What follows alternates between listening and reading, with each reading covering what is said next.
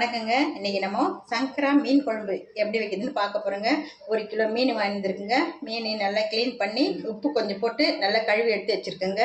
அது தேவையான பொருள் பார்த்திங்கன்னா, பெரிய வெங்காயம் நல்லா பொடிசாக கட் பண்ணி வச்சுங்க. 4 தக்காளி அதையும் பொடிசாக கட் பண்ணி வச்சுங்க. பூண்டு எப்போவுமே நிறைய சேர்த்திங்க, ஆனால் தட்டி சேர்த்திங்க. இது மாதிரி கருவேப்பிலை, கொத்தமல்லி, நம்ம தாளிக்கிறதுக்கு கண்டிப்பாக வெந்தயம் போட்டாக்கணுங்க. கொஞ்சம் மிளகு, கடுகு, ஜீரகம் போட்டுங்க. புளி நெல்லிக்காய் சைஸில் ஊற வச்சுருக்கேங்க. இதெல்லாம் வச்சு நம்ம குழம்பு எப்படி இருக்குதுன்னு பார்க்கலாம். ஒரு கடாய் வச்சுருக்கேங்க. கடாயில் 2 கரண்டி எண்ணெய் ஊற்றிருக்கேன். எண்ணெய் காஞ்ச பிறகு கொஞ்சம் கடுகு, நான் எடுத்து வச்சுருக்க பொருளெல்லாம் சேர்த்துக்கலாங்க. இதெல்லாம் நல்லா பொரிஞ்சு வரணுங்க. பொரிஞ்ச பிறகு நசுக்கி வச்சுருக்கேன். முதல் பூண்டு சேர்த்துக்கலாங்க. அதான் கூட கொஞ்சம் கருவேப்பிலை சேர்த்துக்கலாம். இப்போ எடுத்து வச்சுருக்கேன் வெங்காயத்தை சேர்த்துக்கலாங்க. இதெல்லாம் கொஞ்சம் எண்ணெயிலே நல்லா வதங்கி வரணுங்க. இந்த அளவுக்கு வதங்கியாச்சுங்க. இது கல் உப்பு கொஞ்சமாக சேர்த்துக்கலாங்க. தக்காளி சேர்த்துக்கலாங்க, கட் பண்ணிட்டு தக்காளி. இப்போ கல் உப்பு போட்டு வதக்கினா சீக்கிரமாக தக்காளி வெங்காயம் நல்லா வதங்கிடுங்க. தக்காளி எல்லாம் நல்லா நசங்கிற மாதிரி வரும். அதனால் கல் உப்பு டைமில் சேர்த்திங்கன்னா தக்காளி எல்லாம் சீக்கிரம் வதங்கி வரும்.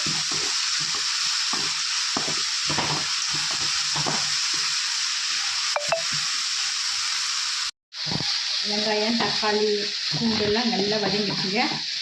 பச்சை வாசனை போகிற அளவுக்கு நல்லா வதங்கியாச்சு. இதுக்கு நம்ம மசாலா தூள் சேர்த்துக்கலாங்க. குழம்பு மசாலா 2 ஸ்பூனுங்க. கொஞ்சமாக மஞ்சள் பொடி ஒரு 1/4 ஸ்பூன் அளவுக்கு. மீன் மசாலா, மீன் குழம்பு மசாலாங்க ஒரு 1/2 ஸ்பூன் சேர்த்து பச்சை வாசனை போகிற அளவுக்கு நல்லா கலரி விட்டுலாங்க.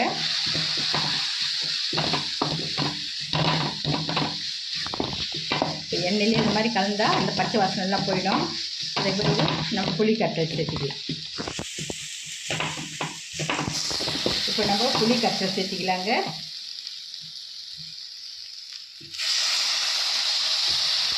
மீன் குழம்புக்கெல்லாம் புளி கரைசல் கொஞ்சம் நல்லா சேர்த்திக்கணுங்க. அப்போ தான் குழம்பு டேஸ்ட்டாக இருக்கும்.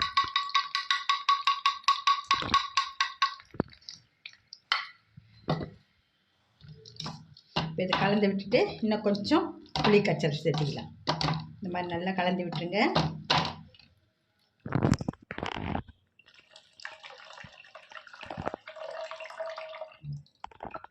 இந்த மாதிரி வடிகட்டி திப்பி இல்லாமல் சேர்த்தா தாங்க நல்லாயிருக்கும் குழம்புக்கு.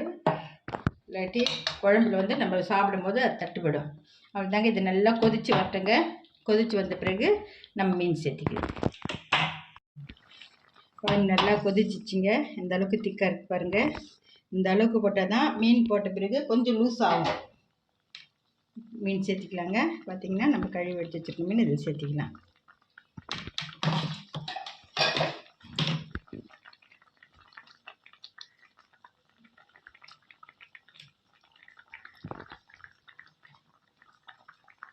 தண்ணி இல்லாமல் எடுத்து போடுங்க. ஏற்கனவே லூஸ் ஆகாதுவே.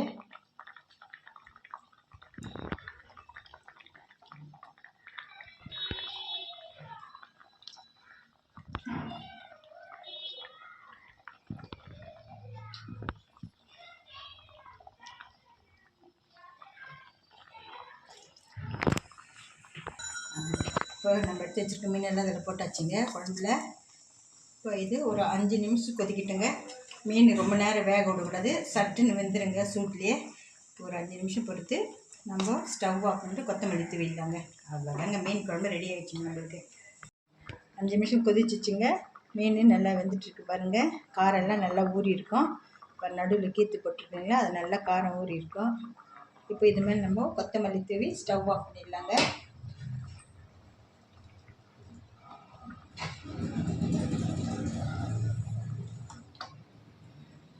சுவையான மீன் குழம்பு ரெடி ஆகிடுச்சுங்க. உங்கள் வீட்டில் செஞ்சு பாருங்கள்.